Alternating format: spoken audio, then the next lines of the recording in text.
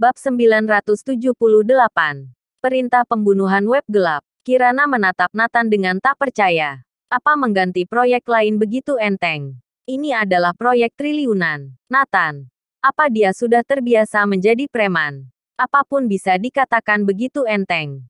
Kirana tidak tahu bahwa mengganti proyek sebenarnya hanya memerlukan satu kata darinya. Logan Group juga memiliki industri di South Memphis, di sebuah gedung tinggi. Linda Kaloka dan eksekutif tinggi lainnya kembali ke kantor ini. Ini sangat sederhana. Pertama, ambil proyek teknologi 100 triliun ini. Kemudian hancurkan Jordan Group sedikit demi sedikit. Linda Kaloka dan yang lainnya telah membuat rencana mengakuisisi secara terperinci. Mereka sedang berdiskusi. Pada saat ini, pintu ruang konferensi didorong terbuka. 7 orang masuk. Pemimpinnya adalah orang tua yang mengenakan kemeja panjang berwarna biru. Dengan wajah berhawa pembunuh. Dari tubuhnya memancarkan aura seperti puncak gunung es. Membuat semua orang di ruangan itu menghentikan napas. Tetua Yunus datang tanpa penyambutan yang baik. Mohon maafkan kami. Beberapa eksekutif senior Logan Group segera berlutut ketika mereka melihatnya. Berlutut. Linda Kaloka dan beberapa orang lainnya berlutut dan bergidik. Keluarga Clark memiliki aturan keluarga yang ketat. Ketika bertemu orang dengan status tinggi, berlutut adalah etiket paling dasar. Tidak berlutut berarti tidak hormat. Tidak hormat berarti mati. Serhan Mathis, pemimpin Logan Group saat ini, memahami bahwa masalah besar akan terjadi. Seseorang dengan tingkat seperti Tetua Yunus tidak akan datang ke sini sekalipun dalam 30 tahun. Kehadirannya mengartikan masalah besar akan terjadi. Ya, aku mendengar kalian bekerja dengan baik. Sudah mengendalikan jalur kehidupan ekonomi eletas. Kita harus terus berkembang. Berusaha untuk memperluas seluruh industri selatan di bawah nama kita. Ini akan sangat membantu Tuan Muda Logan menjadi kepala keluarga. Pria tua itu berkata dengan tegas. Mengerti. Kami sedang merencanakan untuk menelan Jordan Group, yang sekarang menjadi pusat perhatian. Bagi kami ini hanya membalikkan telapak tangan. Serhan Mathis berkata. Dia dengan berani bertanya. Apakah Tetua Yunus datang karena anak haram itu? Ya, itu benar. Anak haram itu telah menjadi bahaya tersembunyi. Aku harus menyingkirkannya dengan tanganku sendiri. Tetua Yunus berkata dengan dingin. Anak haram itu. Linda Kaloka dan lainnya tampak bingung. Tidak apa jika kalian tahu. Seseorang bernama Nathan Clark ada di kota ini. Dia adalah... Orang tua itu mengatakan garis besarnya. Ketika Linda Kaloka mendengar bahwa itu adalah Nathan Clark, dia segera berkata dengan marah. Orang seperti ini seharusnya sudah dibunuh sejak dulu. Oh, apa ada yang ingin dikatakan? Tetua Yunus bertanya dengan rasa penasaran.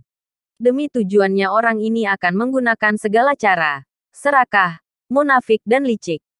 Menurutku dia pasti memanfaatkan identitasnya sebagai tuan muda tertua dari klan Clark Gandala untuk melakukan sesuatu.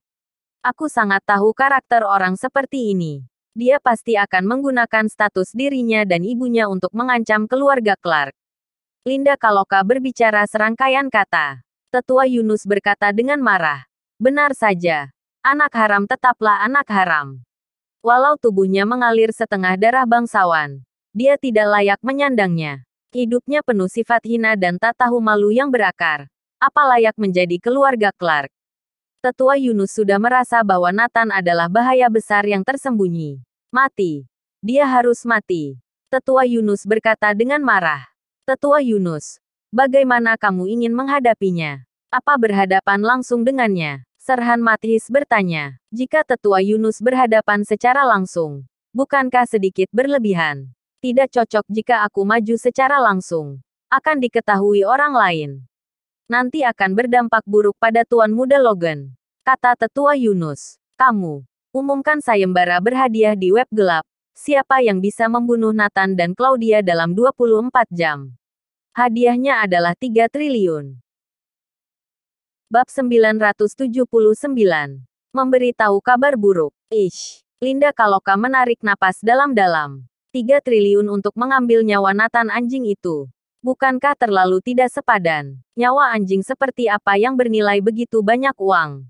Tidak hanya dia, tetapi yang lain juga merasa bahwa harganya terlalu tinggi.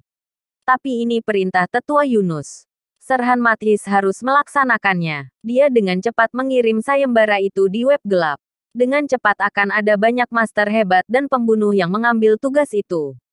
Master di luar Neslandia hanya bisa menonton tanpa daya. Lagi pula, batas waktunya terlalu singkat. Jangankan membunuh Nathan, belum tentu dalam 1 hari bisa tiba di Neslandia. Seketika, para master dari wilayah selatan Neslandia sangat antusias dan berkumpul satu demi satu. Setiap orang harus berpacu dengan waktu. Total 3 triliun. Tetua Yunus. Dalam 30 menit, ratusan master telah mengambil tugas ini dan jumlahnya masih terus bertambah. Serhan Mathis tertawa. Bagus. Kali ini, walau dia punya kekuatan menembus langit pun tidak akan bisa menolongnya. Tetua Yunus tampak tenang. Dia teringat kembali Gugum Clark. Lalu meneleponnya. Gugum Clark, lihat baik-baik.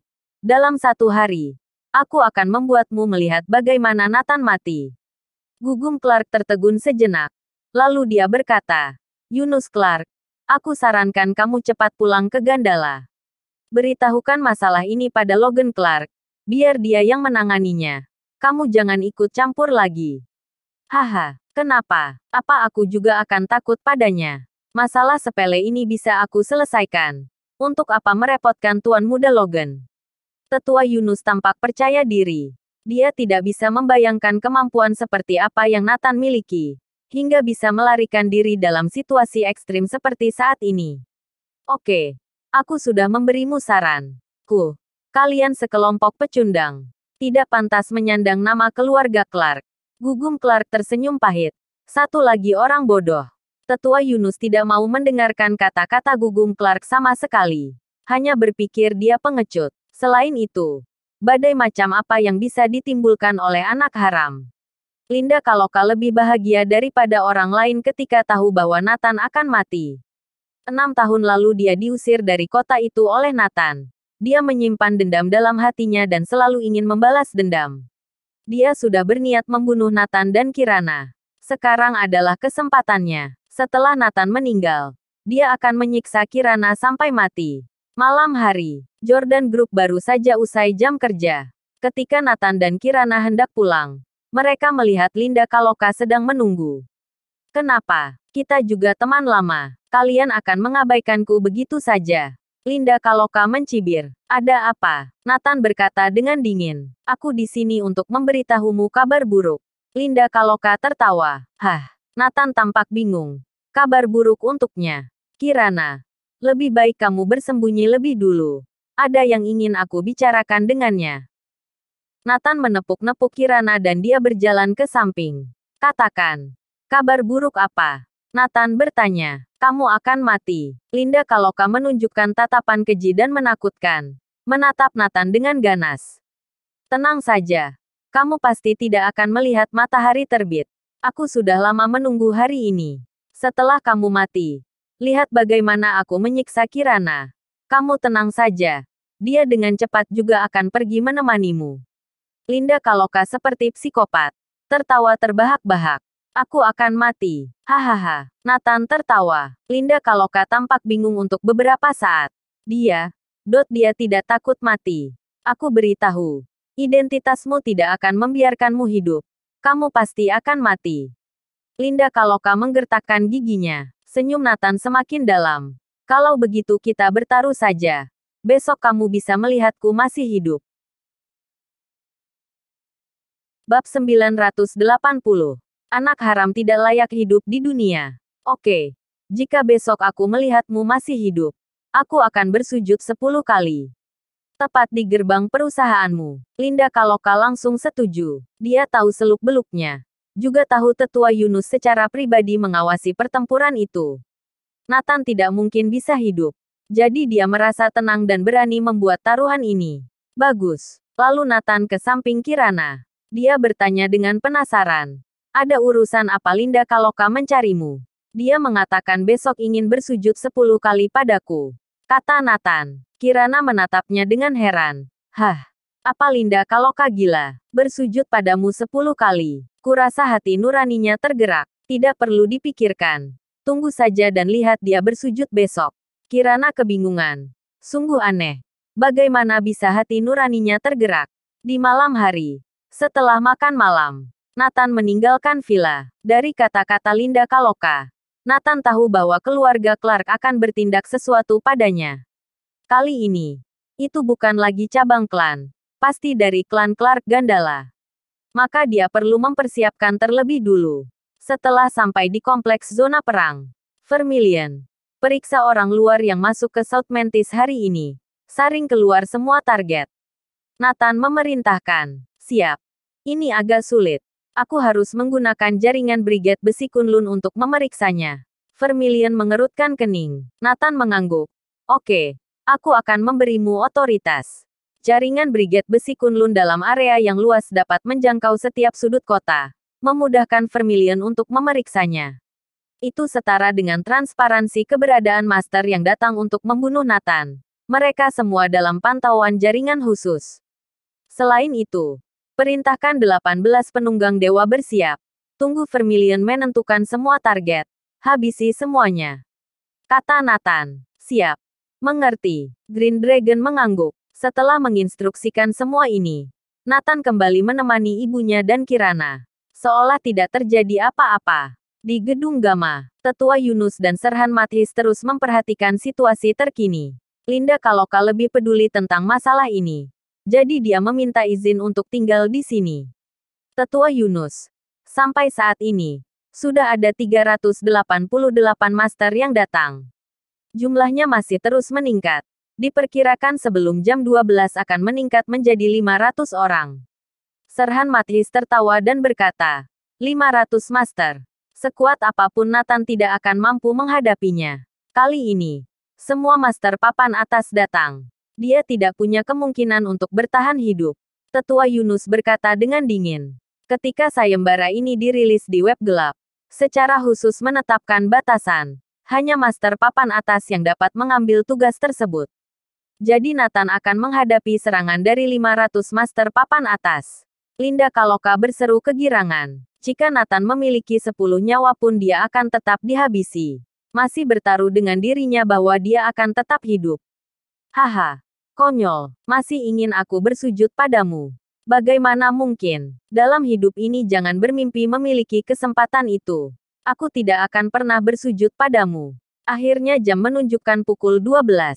Sudah berapa orang? Tetua Yunus bertanya. Belum lama Cassius Clark mendesaknya dan bertanya kembali tentang situasinya. Tampaknya keluarga Clark Gandala lebih cemas. Totalnya 538 orang. Hadiah untuk misi ini terlalu tinggi. Masih ada orang yang bergegas ke sini. Serhan Mathis menjawab. Oke. Biarkan mereka memulainya. Tetua Yunus memerintahkan. Serhan Mathis segera mengeluarkan perintah di web gelap. Operasi dimulai. Nathan. Jangan salahkan aku karena membunuhmu. Karena anak haram tidak layak hidup di dunia. Sebuah cahaya dingin melintas di mata Tetua Yunus. Di setiap sudut South Mantis mulai ada pergerakan. Targetnya adalah villa tempat keluarga Nathan tinggal. Bersambung.